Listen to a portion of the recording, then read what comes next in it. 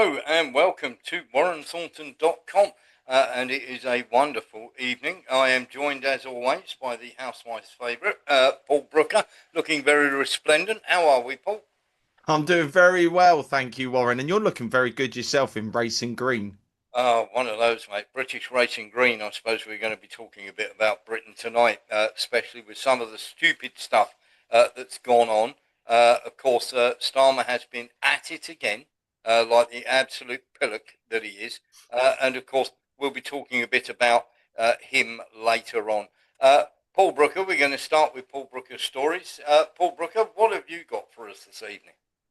Well, we've got a whole host of things from around the world. We're going to start with the first one, though, and it's a post on X by Eva Vlanderbroek, as anyway.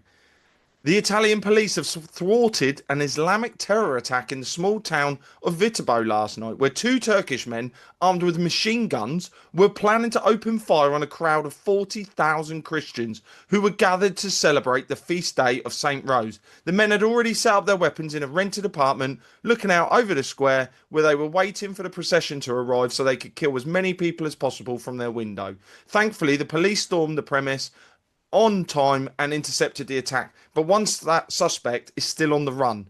And I mean, is this the next phase we're starting to see happen across Europe? Yes. Flood your countries with terrorists because, let's be fair, they're all military fighting age men. Wait for the trouble to start so that everybody looks at that. Everyone's divided. Everybody hates each other because this could be stopped. This could be stopped very easily. Thankfully, the Italian police prevented that. Italian, or we're talking it's in Italy, is it? Yes, it's in Italy. Wow, that is quite incredible. When you consider what's coming up on September the 13th, this looks like a planned exercise, doesn't it? Yeah, it does. And I'm a bit worried what might happen because this is going to be the biggest gathering in UK's recent history. Yes. It's going to be huge. Everybody I talk to knows somebody who is going, and I'm going myself on the 13th of September. So if you see me out there, please come up, say hello, shake my hand. I won't bite your ear off. I'm more than welcome to say hello. And false flags look like they're highly either real or false flags look highly likely, don't they? yeah, I'm just worried about counter protests and how the police will either keep them away or they will steer them in it, because Tommy Robinson has turned around and said he wants families going. There are no hoodies. There are no face masks. There are no balaclavas. This is a steadfast British event where he does not want any trouble. Yeah. We've obviously got Nick Griffin on that tomorrow, and Nick's got an entirely different mindset when it comes to Tommy Robinson. So it'd be interesting to hear what he's got to say. And of course, it's not about him. It's about Britain wanting to take their country back. The thing that is, and I will sort of, one of those, I'm sort of on the fence where Tommy Robinson's concerned. Paul is a fan, and Nick Griffin is most definitely not. So we'll be hearing from him. I will say I'm not a fan of Tommy Robinson. I don't believe in some of the things he does, but I do believe in the takeover that is happening in the UK right now, and that is why I'm there. Yeah, I applaud his work on Muslim grooming gangs wholeheartedly. Let me just say that before anybody bites my head off. Mark Chamberlain. Mark Chamberlain. Sorry, Warren, I didn't even think my hand was up. I can't see it on this computer for some reason. It doesn't. That's okay, mate. I'll lower it for you. Mark Record. Again, it's difficult one there, isn't it, to trust either one of them really. Yes. The system's failing, so you've got to find someone that's better. I won't like to put money on it. That's the thing. Yeah, it's one of those. Let's get Paul's view on. Louis Bastos wants to jump in. Louis. Good evening, good morning. Hello. The problem is the whole of Europe is the same. Islam can live happily in Christian countries, but Christians cannot live happily in Muslim countries. And we are so stupid, our governments are so stupid to allow this. Why? Because they're getting paid to let them in. The countries that are Muslim, like Saudi Arabia and Qatar, Oman, they are paying our governments to take them because they don't want them. They don't want these people. Yeah, it is. I wonder. I mean, I'm not being funny, Paul Brooker, but we look at the people that are going to attend this event, and obviously families are going to go and everything else. The police and the governments. This is what worries me slightly. The police and the governments have not banned counter-protesters. Everybody knows it's going to be a huge event. Everybody knows that counter-protesters should be absolutely kept away from this. And if they are there, it is a powder keg it is a lighting a powder keg. Why are the police, now I'm going to say this out loud here, if you are Keir Starmer, if you are the government, if you are the police, you are stopping any counter-protesters, even if you have to go to the court or whatever to get a judge to give you that order. But you are stopping any counter-protesters, because if you do not, you are complicit and responsible for any trouble that happens. I'm stating this here. Now I'm going to state this again. If you do not stop counter-protesters going, the government and the police and the law is responsible for any trouble that happens. Because without them, there is no trouble. Sean Murphy. Well, I think that they will encourage unrest. They will encourage counter-protesters to go. They will not make any attempt to stop counter-protests. Oh, I think Sean's having a moment there. And and I don't think that, well, I know for a fact that the government and the police cared little about the potential families that will be there, and they couldn't care less what happens to them. They couldn't care less. Yeah. And that's just the honest facts, I think. Yeah. Okay. I think you're certainly my opinion. Yeah. Thank you very much. And of course, we've got people as well in Sydney. And it says quite at the bottom there, you know, there's protests all around the world on this. Australia and Sydney, we will all be there. 13th of September, Hyde Park at 12 o'clock. Together we are free. Lots of these events, lots of places around the world are having this event. It's not like the police don't know it's happening. Mark Breckle. Well, the thing is, though, there'll be a lot of old school football hooligans that'll be going there, especially for a good kicking. But you yourself are old school, aren't you? Yes, one of them. But you also it's not right, I know, but something like that will happen, won't it? But you also know, or you should know, if you are one of the old school type of chaps, that is not the place for it.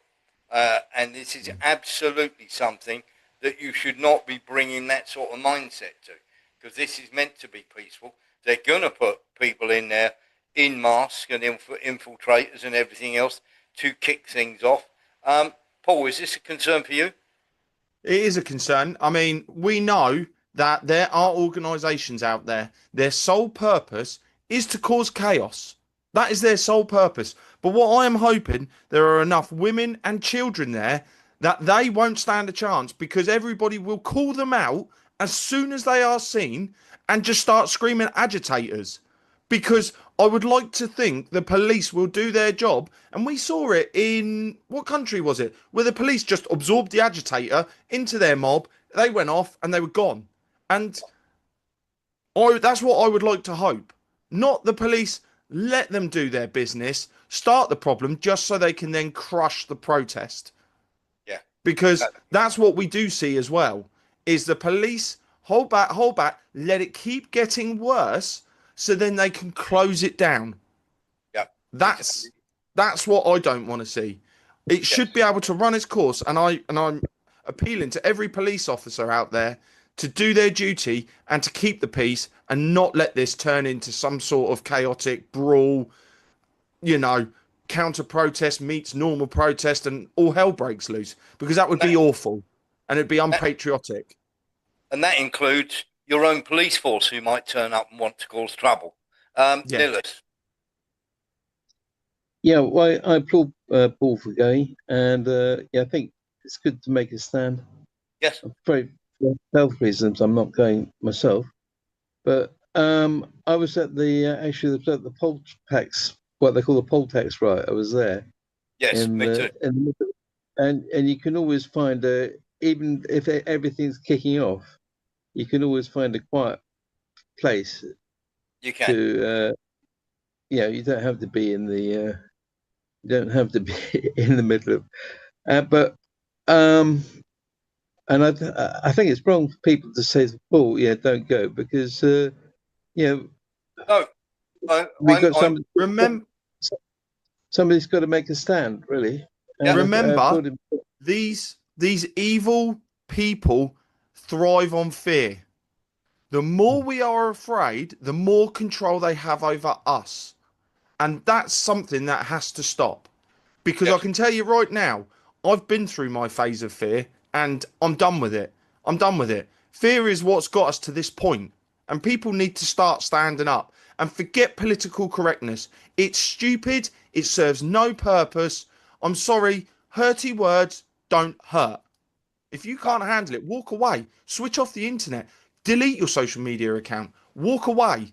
I'm sorry, but we need to stand up now more than ever. And for everybody out there to grow a backbone. And I plead with everybody, the more people that turn up, the more we have a voice. Yes, I think you're absolutely right in that. Mark Chamberlain.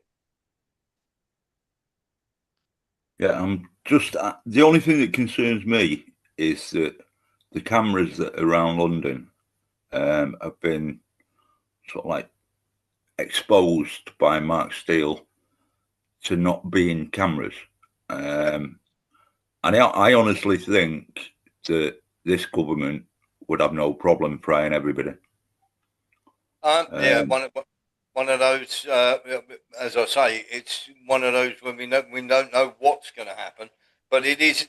There's no doubt for anybody out there whatsoever. This is a ticking bomb, and it's a ticking bomb because of stuff like this that the government haven't dealt with.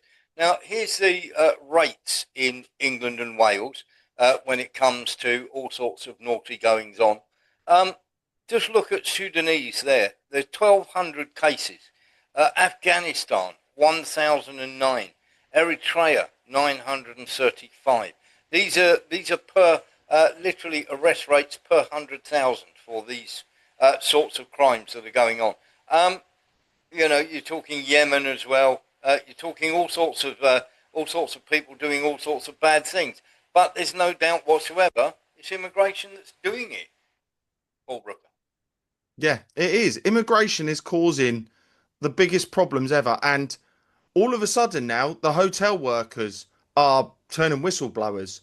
They are posting videos. And my God, these illegal economic criminal migrants are living the life of luxury. There is no doubt out there. And I've still got to say, they found the money instantly for these migrants. They've turned the money printer on for them. Why haven't they turned the money printer on for our veterans who are sleeping homeless on the street, who need psychological, medical help? It doesn't cost a lot of money because you can afford to house migrants. I'm sorry, but I think a veteran wouldn't cost a lot to house and to look after. So this is all being done on purpose. It is. And there's loads of people who want to have their say. We're going to go around the house. Mark Breckle, then Sean Murphy, then Mark Chamberlain, then Nillis. Mark Breckle first. Well, especially with the Metropole in Blackpool and the Tickle Trouts in just near Preston there, because I live near those areas, they're having an absolute life of Riley.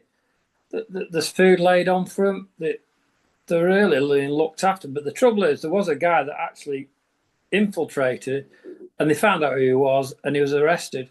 And the thing is, though, if you go in them sort of places, you're going to get done for burglary or trespass, you see. So you've got to be very, very careful what you do.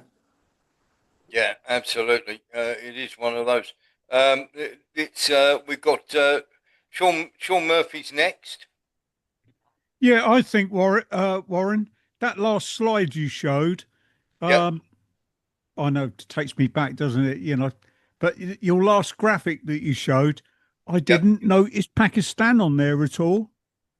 Yeah, they, as they say, but also you have to remember that the Office of National Statistics and the police force were given guidance by the government not to put down the ethnicity of these people. That, to me, is Well, they incredible. put Sudanese down and they put all the other nationalities down, St. Lucia and places like that, but they didn't put Pakistan down, and they're probably one of the biggest offenders. I rest my case. Nicholas. Is it true to say, I think that's just coming in now, that they're not putting the ethnicity of these people down? Oh, they've been doing it for a long while. They've been doing it for a very long while, Nicholas, since 2021. Right. And if people don't tell them their ethnicity, they put them down automatically as white British. That's correct. That's correct. That's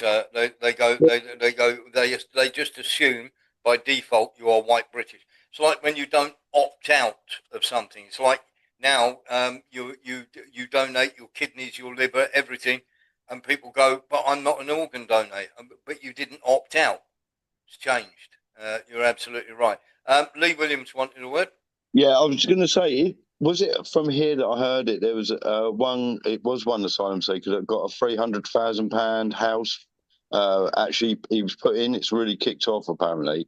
I've actually seen one in London where they've been given a £480,000. That's it. Yeah. 4-bedroom house. Yeah, that's it. Thank you. That's it. Paul Brooker. Right, on to my next story. Now, something interesting. Looks like the CDC is turning on RFK.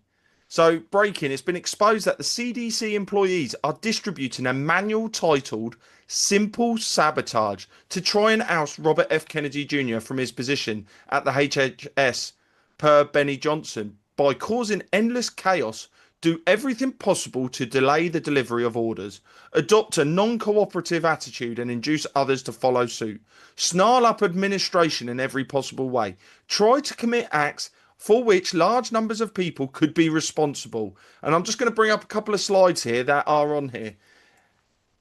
Here we go. Wow. Insist on perfect work in relatively unimportant products. Send back for refinishing those which have the least flaw. Approve other defective parts whose flaws are not visible to the naked eye. I mean, there's a whole list of things here. I'm not going to read them all out. You can watch it in the replay. But, you know, managers and supervisors demand written orders, misunderstand orders, ask endless questions, or engage in long correspondence about such orders. Quibble over them when you can. This is awful. The CDC is supposed to be an organisation that is supposed to do good. If that is going around, in my head, that is beyond damaging to the medical world. Because... Well, mate, they're utterly complicit in the vaccine nonsense. They really are. I don't care what anybody says. There is no doubt in my mind that these people are completely and utterly complicit. It's crazy. Here's the thing that I sort of want to talk to you about, because the mRNA that is in the vaccines, of course, the upward spike in child deaths, 77% it's gone up. And we've also Adam Dalgliesh, who is a big friend of the show. You know him, of course. He was the man who literally discovered the AIDS strain of the virus. So this guy really knows what he's talking about, knows Fauci personally, and told him he was doing the wrong thing. Let's have a listen to what he's got to say. Yeah, they allowed this vaccine to go through with hardly any safety data at all. In fact, the safety data was there, but they overstated it so much. It took people ages to unravel. It had to go to a US court and a supreme judge to make Pfizer hand over the safety data they tried to bury. And when this safety data came out, it showed that they had 42,000 people had serious adverse events. That's life-threatening. This is not minor. This is life-threatening things. 1,220 people had died in the early Pfizer study. And this is the FDA that says, warning, any drug that's associated with 50 or more deaths will be automatically pulled. They can't even see their own inconsistency on their website. This is the extent of the corruption. They broke every law in the book to allow a dangerous vaccine out that was never ever needed. Yeah, absolutely. And when we talk about Adam Dalgleish, Anglish Dalgleish, we're talking about a world-renowned expert here. We're not talking about John or Brian the doctor who knows somebody's mate. And of course, let's have a look at this. All right, guys, look at this. The Australian government, this is what it hands out to pregnant women when they're expecting a baby. They call it the National Immunisation Program. So they want the pregnant women to pass on the side effects, and they talk about side effects. Look at that. Serious reactions are rare, but nevertheless, they admit that there are serious reactions. Now, Paul will be back in a second. I've got to say, Paul, today, I'm glad you brought this topic up, because today my daughter brought home an immunisation slip to be signed from the school for measles and also for other things as well. And we literally sat her down in front of the computer so that she could see some of the stuff that has happened. And we are talking infant mortality having shot up at 77%. Okay, that's actual proper data. Of course, she is absolutely against. She doesn't like needles anyway. She's more than happy not to have these. But literally, when they bring these slips home, because every single one of these has mRNA in it, and this is not just being passed on to the people who are having it, it's genetically being passed on through children. And everybody, the government lies to you, Paul, and says that mRNA has nothing to do with DNA. Why does it pass on to children then? Well, Warren, I mean, I've got a story literally on this about the mortality rate in babies born, which I'll play in a minute. Yep. I'm not against vaccines. Let's state that for the record. We are not against them. But what I am against is untested bioweapons, which is what this whole new generation, dare I say it, how long it's been going on for, is all about. Hiding data, as you said, as you showed in that video, over 1,200 deaths when the CDC says nothing over 50 gets through. This is how scary it is. The corruption is on such an epic scale. Big mega corporations, drug companies, you name it, need to be smashed and broken down so they lose the influence they once had. If you are one of these people who are still out there and thinks that all these vaccines, as they told you are effective and safe, and that there isn't a mass problem with this, you are an idiot and you are brainwashed. I'm telling you straight. Sean Murphy. Well, I got my invite from the doctors today, and inviting me. Well, I got it online, but inviting me for my flu jab and my COVID-19 jab. God, if I'd have had all the COVID-19 jabs, I'd be up to about 12 now or more. Yeah. Just remember, Sean, for every single one of them you have, it lowers your immune system. Yeah, well, mine's bad enough as it is. Yep. Having that kidney problem. Fortunately, it's improved a great deal now. But the last thing I'm going to do is have any other jab if I don't know what it is. Certainly, certainly in a GP surgery, that's for sure. I mean, occasionally I have to have, injections if I'm in hospital, when I've gone for treatment in hospital, but I know what that is. Yes, absolutely. Okay. Mark Reckle. Well, I believe, is it the AstraZeneca offices in London? It's up for an award because it's in the list of architectural buildings, because Big Ben got renovated, and there's a list, and that offices is actually in that list. It's a joke, isn't it? It's just a massive glass house, but it's going to get an architectural could win an architectural gem award. That's what the BBC was saying. So yeah, it just shows you, doesn't it? Really, it does. Paul Brooker. Right, on to my next story, and I'm just going to highlight you've got a video to show us. Yeah, the mortality rate in births. Yep. And this is quite concerning. It's declining, right? For 30 years before 2021, steady curve. You'll see it on CDC data. In 2021, shortly after the mass uptake of mRNA shots in childbearing age women, we see a statistically significant inflection point. What that means is all of a sudden, right, the graph's going down, and then the inflection point right after the shots, boom, it shoots right up, and it hasn't gone down since, right? So what's happening is now infants, babies ages 0 to 4, are dying in 77% excess, even in 2025. So 77% more babies are dying than normal. We're far past mass mRNA injection campaigns. So what appears to be happening is there's possibly this genomic integration of this genetic material from the shots, possibly transferring to offspring. So this is not looking good. This is the first signal that appears to be detected. And so now this is something we really have to dig into and look and see the full scale of these transgenerational harms. Yeah, you're absolutely right, Paul. Absolutely. This is terrifying now. These jabs are now directly killing babies. And I am mind blown because these babies haven't even had a chance to choose whether they get a vaccine or not. And the fact that there is now an inflection point, and we were saving children, we were getting better at it. Now we are sitting here with babies dying, newborn babies dying because of these jabs. And I want to be proved wrong. So please, anybody out there who can tell me why more babies are now dying than ever, please come on the show. I am a massive advocate. Please prove me wrong, because I like to be proved wrong. And I am wrong sometimes. You're not wrong on this one. That's for absolutely sure. And of course, I was part and parcel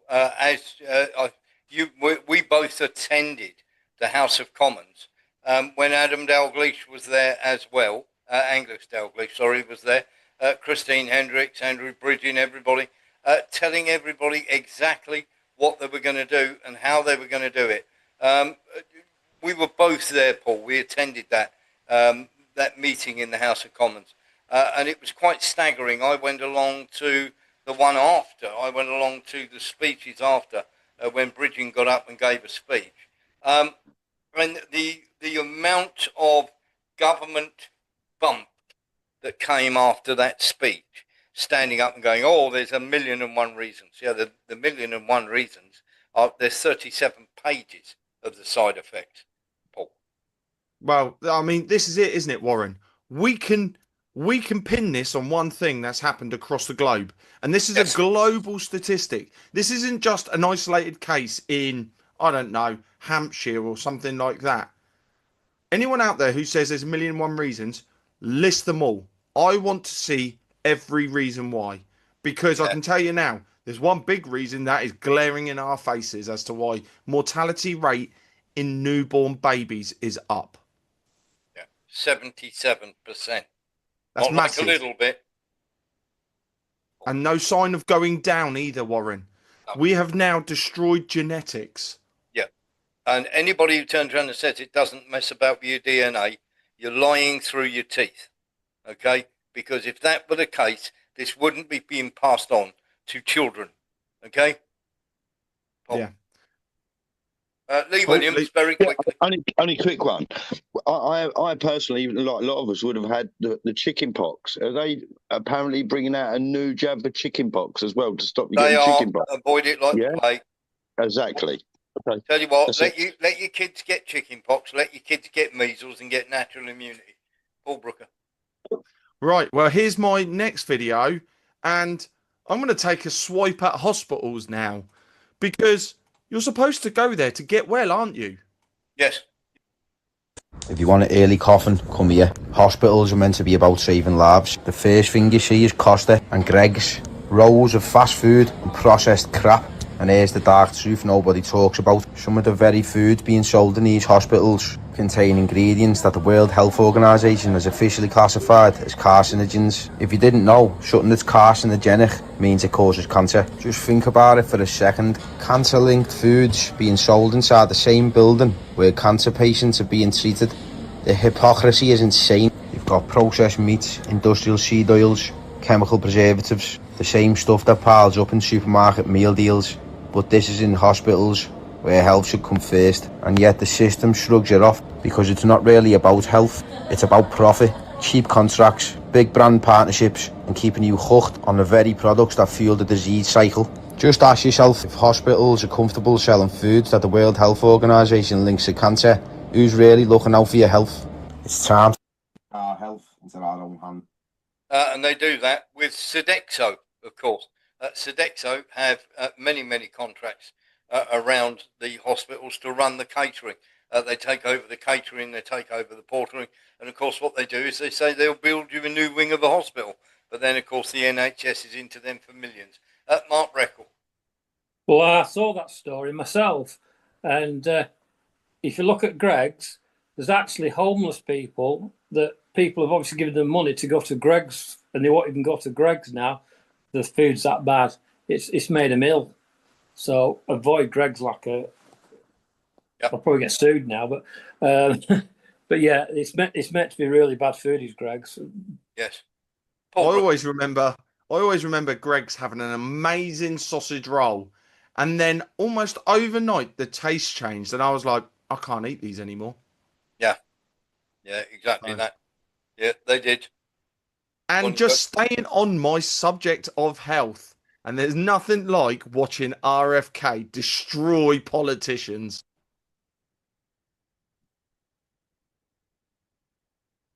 Senator, you've sat in that chair for how long? 20, 25 years, while the chronic disease in our children went up to 76%. And you said nothing. You never asked the question why it's happening. Why is this happening? Today, for the first time in 20 years, we learned that infant mortality has increased in our country. It's not because I came in here. It's because of what happened during the Biden administration that we're going to end. Senator, you've sat in that chair for 20, 25 So it was only a quick video. Yeah, absolutely right. It is one of those. Now, RFK is, and don't get me wrong, he was affected by the vaccine himself. That's why he's very, should we say, wanting to get these things sorted out. But if you have put, by pushing a drug, and this is not the first time, and it won't be the last, Paul, that these medical companies and the NHS or the medical profession have been complicit in pushing a drug or pushing a vaccine that they have not completely made secure. I'm talking about the drug thalidomide, for instance. But this is on a scale 100 times worse than thalidomide. This is people pushing a vaccine for something, because a common cold, nobody had flu suddenly in 2021. It was all COVID-19. They pushed a drug that they knew wasn't safe. This is the point. It takes 15 years to do the full clinical trials to see whether or not this thing is safe. The field tests, everything like that. It was out inside 18 months. Okay, they knew it wasn't safe, and they gave it to you anyway. Sean Murphy and then Alexander. Well, the MHRA board is almost 100% made up of CEOs of the drug companies. Yep. So they, you know, what does that say? And the CDC. And the CDC. So what does that say? They're going to do whatever they want, and with no repercussions. Oh, we say it's safe, so it's safe. Well, and yeah, sadly, it's not. Let's be absolutely straight here. When a company turns around and says, when they get a law passed saying that you can't sue them, you know something's far wrong. Alexander. Yeah, I was going to say everything you said, Paul, is absolutely correct. That's the way Peter Daszak designed this thing. And I watched him on a Smithsonian, I think it was Smithsonian TV program, and that was one evil giggle that boy had, and it was really about how do you get something to spread in a pack, and they were doing it with caribou in Canada, and they were trying to make I can't remember the damn drug now. I can't remember the disease. The one that's the island, not far from where we are. It doesn't matter. But essentially, it's by spreading, breathe, and then transferred through the blood and into children. And that was to control the caribou. And he did exactly the same thing with what they did here. It's incredible. I think you're talking about anthrax, Alexander. That's the one. Yep, that's the one. Anthrax. They did the same thing with the help of AID and Obama shifting everything to Ukraine. He did. He did. Yeah, he shifted them all over at the biolabs. He told them to chuck them down, and they just shifted them offshore. Paul Brooker. Right, on to my next story. We're going to change it up now. We got a problem with Trump's border wall. The lovely black paint has not worked out quite how they envisioned. You can see behind me, we have the black border wall that Christie Nolan and federal agents helped make. 102. We're going to check the brown wall. Same spot. 103. The brown one is harder. I got these gloves at HEB for $5. Let's check it out. I feel no heat. So, sorry about the sound quality there. For some reason, it was really quiet. Long story short, the black paint isn't making the wall hotter. It's meant to. I know it's meant to. I mean, black does actually increase the heat. But he didn't scale the wall, I see. No, but what they're saying is because it's actually cooling it down, it's going to make it easier for the migrants to scale it. I don't know. Maybe the black paint's to serve a different purpose. I'm not sure yet. And yeah, I think you should allow. What you should have is a firing range. Literally there. I mean, the bullets cracking over the top of that wall. You could just put targets on the border wall. There you go, and people can pound away left, right, and centre. Let's see how many people want to come to the fence and scale it then. Yeah, I don't know, but let's just say the wall's serving a purpose. It's helping to stop people getting in. You stick another note the other side of the border wall, and you go give at least 1 mile distance. This the entire border, the entire 300 yards back from the fence is actually a shooting range. Is now designated as a shooting range for people to shoot off their guns and everything else. There's targets up there and everything. If you get hit, it's your own damn fault. Yeah, definitely. We need to talk about Angela Rayner from the UK because should she stay in her position? There's one rule for them and one rule for all of us. But just to clarify, you do think Matt Hancock should resign? Yeah, absolutely. I think he should hang his head in shame, but I don't think he's the only problem.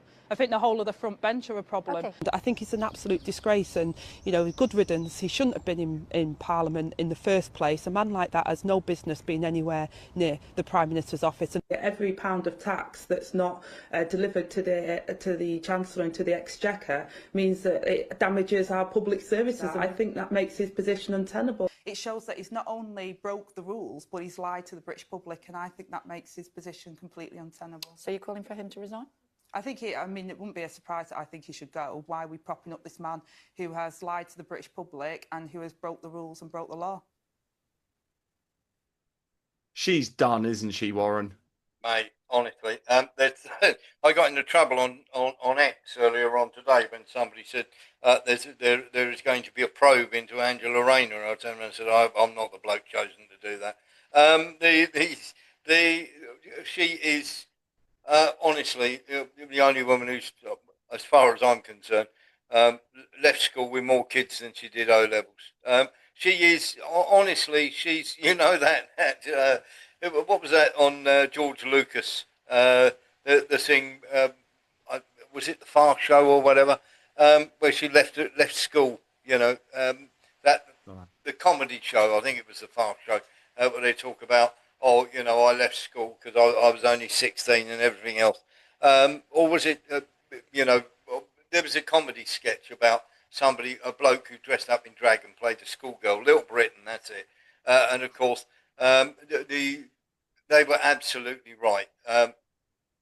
This is her. I mean, it is. But let's be honest here. It's a council estate run through who's got lucky. That's it. Mark Breckle. It does give off that vibe, doesn't it, Warren? Mark Breckle. I believe she's got a handicapped child, hasn't she? And that's how she got the money. It's meant to be his trust fund. I think that's what's got her into trouble, isn't it? And because I was talking to a lady today about it, and she hasn't actually done anything wrong in actually getting the property. It's just, I believe, because she's actually used the trust fund of this handicapped child. I didn't know she had kids, actually, to be honest, because there's not really much interesting with her. But I presume that's true, is it, Warren? That's what's... Well, one of them, I'll have a deep dive into it because I've not really looked at that, but I will have a look and see. Well, I've looked into this a little bit. My understanding is she's taken £160,000 of some form of compensation that was for her child, that was supposed to be for his care, that she's gone and used to buy a second home, and it's technically not her second home because she shares the original home with her husband, obviously to help her. To help her child care. He must really need a lot of care. That they have to share a house. So technically, it's her primary residence, but she's bumped the stamp duty on it. That's my understanding currently of that situation. Mate, she's a wrong 'un. She's a wrong 'un. We all know she's on the make. She is. She's about as much use as a chocolate fire guard. She's useless at what she does, and of course she'll do anything she can to get ahead. I mean, she's absolutely, mate. She's awful. If she needs removing from government because she's incompetent, the fact that she's a crook as well just is a cherry on the cake. Nillis. Yeah, George Galloway says she's always been on the make because he's been known as a member of Parliament for a long time, and many things I disagree with George, but in this one I agree with him. And again, she sided with Starmer in this getting rid of Corbyn, who was no way anti-Semite. She did. I'm not going to say. Yeah, go on, now let's finish off. And the whole Gaza thing, she's I don't know. I think she voted to ban Palestine Action. She's probably this whole. Well, we've actually got an in-depth look into the woman who did get Palestine Action banned, and she's an Israeli. What a surprise! She's an Israeli. I think you're absolutely right. Angela Rayner is not someone I warm to in any way, shape, or form. I think she is just an absolute chancer. I think she's like Dave. I think she's a white version of David Lammy, basically. Nillis. Well, the thing is that she's just like everybody else. You thought coming from a working class background, she'd try and help her own people, and she's just another Boris Johnson, really, or Margaret Thatcher, or she's Theresa not May. Thatcher. She hasn't got that. Thatcher at least had brains. I mean, you may not have liked Thatcher, but at least she had brains. I mean, this woman had. I think Thatcher just did what she was told in privatising against the money. We'll sort of agree to disagree on that one, but you match Angela Rayner and Margaret Thatcher, I'm going to have an argument with you all day long. Right, I'm going to jump in here. Also, the mass corruption of Margaret Thatcher, in terms of the selling weapons, she set her own company up with her son at the head of it, and 10% of all. Absolutely, but she was an infinitely better politician than Rayner will be any day of the week. I'm just going to end on this when it comes to Rayner. Very, very simply, if there was me, Angela Rayner, and a fridge left in the world, I'd be trying to start a family with a fridge. Paul Brooker. All right, Angela. Sorry, but I just want to say something. Margaret Thatcher's scammed billions of pounds off the British taxpayer. Billions. from her dealings with her son in terms of British arms sales abroad. Yes, I'm not talking about whether she's a crook, Nicholas. Maybe she hasn't paid, £40,000 tax or something, but that's a big difference. I think billions than 40,000. Yeah, what I'm saying, I'm not saying that Thatcher wasn't a bad person, Nicholas. Listen to me. I'm not saying that. I'm not saying Thatcher wasn't a bad person. I'm saying she is not as skilled a politician as Thatcher. I think you need to save this debate for tomorrow morning on the Insider Show, because I feel like you two need to get deep into this and have a good old chat about it. I'm going to move us on because I'm not going to lie to you. I've got about 15 minutes before Warren's going to stop me in my articles. So yeah, Nillis, tomorrow morning, I think this is a good one for you and Warren to get into. We'll get into this tomorrow. Go on, right? Paul. Okay, because I'm going in with a funny story right now. Who's up for some scrotox? What? Oh, yes. Why are men injecting Botox into their testicles? This procedure is known as scrotox. Is this a trend that's going to take off? Well, by adding Botox into the scrotum will appear less wrinkly and will hang down lower, making the testicles appear larger. Now, of course, like many aesthetic treatments, the reason why somebody might want to have Botox is personal preference. And having the testicles appear less wrinkly and larger is, of course, personal preference. But what do you guys think about scrotox? Is this a trend that's going to take off? Share your thoughts and comments below. I was exactly the same, Warren. I didn't even know where to start. I really didn't, because I'm sitting here and I'm like, oh my God, why would someone want to make their balls bigger? I mean, you can see what's coming, can't you? Just carry him home in a wheelbarrow, bust a gonads. Yeah, there's going to be a race to see who can get the biggest balls. It's going to be a thing, isn't it? Like Barbies with big boobs. Honestly, people are going to be walking around like John Wayne with melons dangling between their knees. Let's put it this way.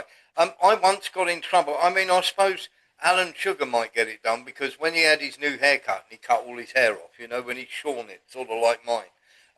I turned around and he said that I'm loving the new haircut. It looks like an old man's scrotum, and he barred me on X. Mark Breckle. It's a joke, isn't it? You might as well just put a load of King Edwards down your kegs, man. Yeah.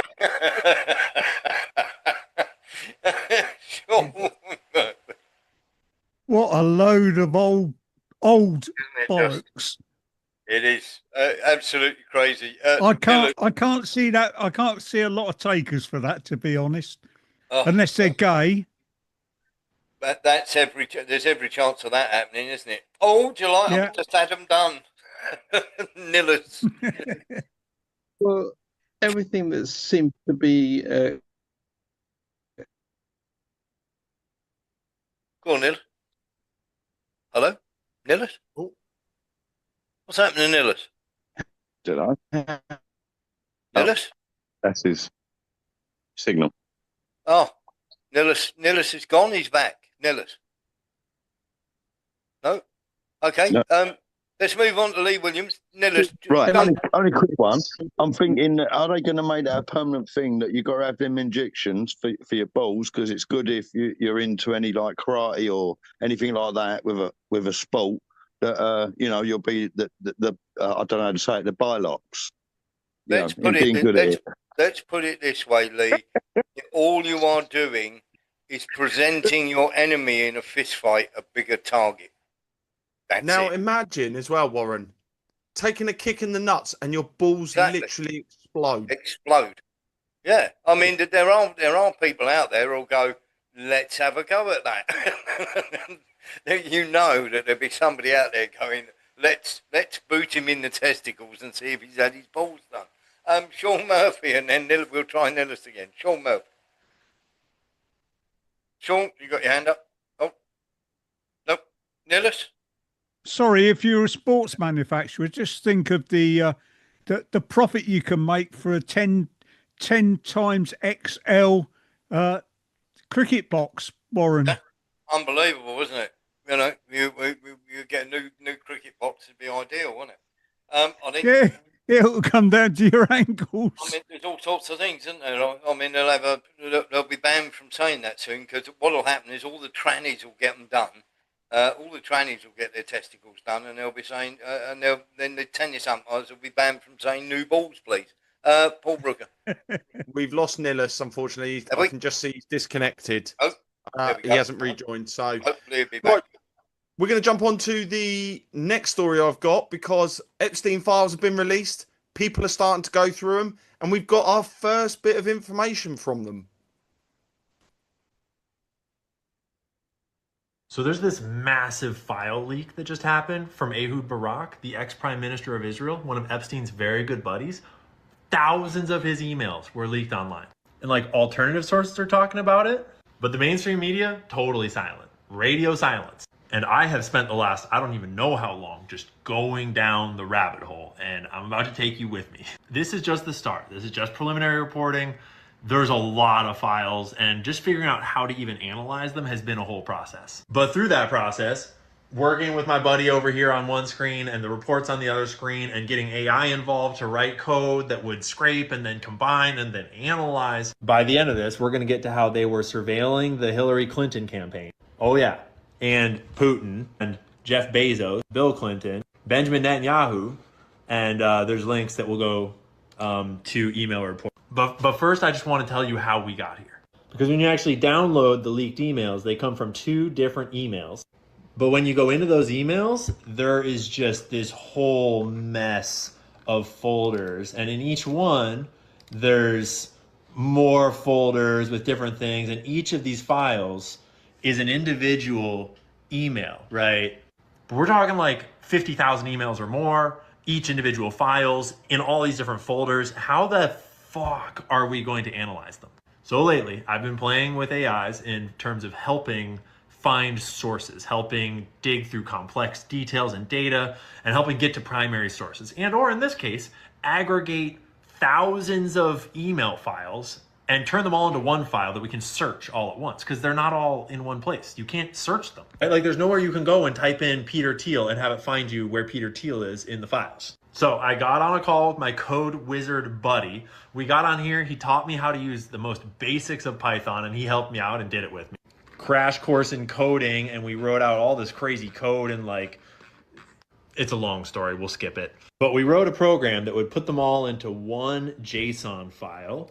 And then we got the JSON file, and it's real big. When you scroll through it, it's all of them extracted with critical information retained, like file names and file paths, day the email was sent, who it's from, who it's to, etc. But now it's searchable, and now we can put AI into them and have AI start scraping through it and be like, find me every instance of this or that, or look for patterns here or there. And that's where we stumbled across something kind of random that at first we thought was a nothing burger. Is in one of the little reports that it made summarizing what it was finding in the files, it mentioned Clinton and the Clinton Foundation and surveillance of the Clinton Foundation. And I was like, wait a minute.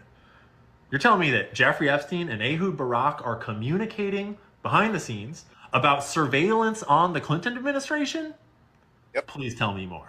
And so then it wrote up this little executive summary. This is all AI generated, all about what it found about the Clinton Foundation. And this is where it gets complicated, because you can't just trust AI to just tell you the truth and not double check it. You have to double check AI. And so what I always do every time that I'm using AI for anything is I build in source citation. So it has to provide me links to the primary source where it is getting the information from. In this case, those are emails. But out on the internet, maybe that's to an article.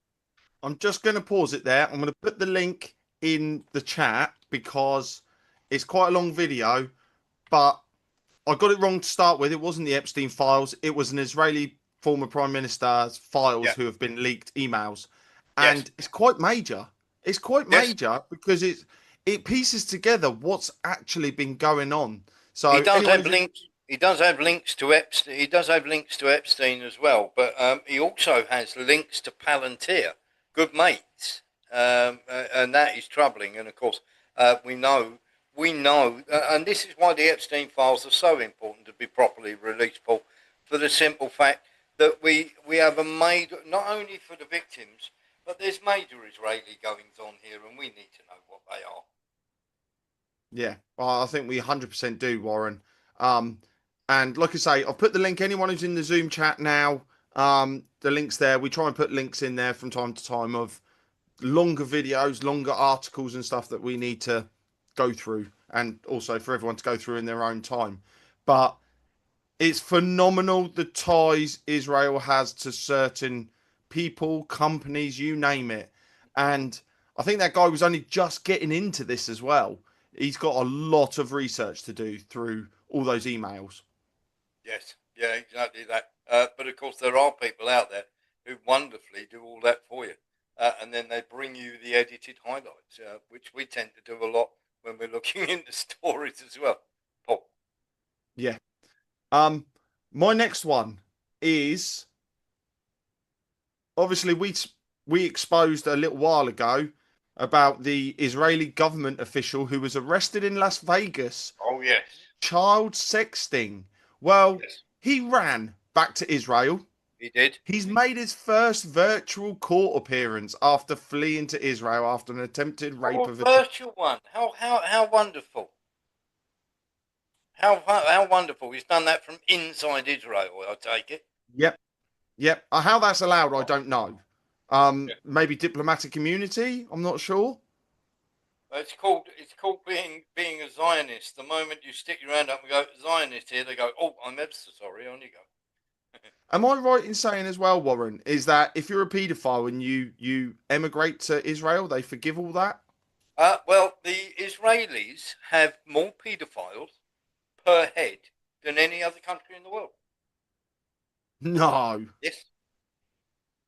Wow. Double the amount of any other country.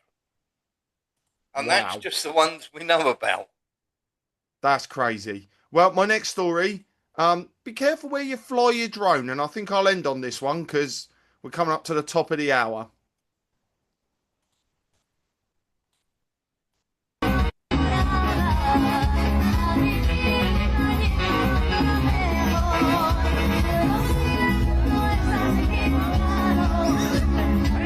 Oh.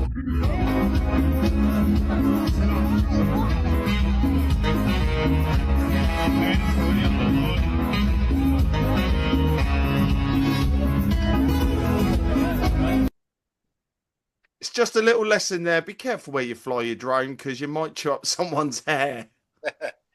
Mate, if you've got more stories, you carry them. Are you sure you're happy for that? Yeah, absolutely. I can go on afterwards. Brilliant. Right. Well, my next just let me just say this, Paul. Take that one down for a second. I will just say to all the people who are watching that are on X and are on every other platform, if you want to see the whole show, which sometimes and certainly tonight will be going on for longer than 2 hours, come across warrenthornton.com or Patreon, The Real Truth. Just go on to Patreon, type in Warren Thornton, and it will come up. But for the time being, you've got to leave us.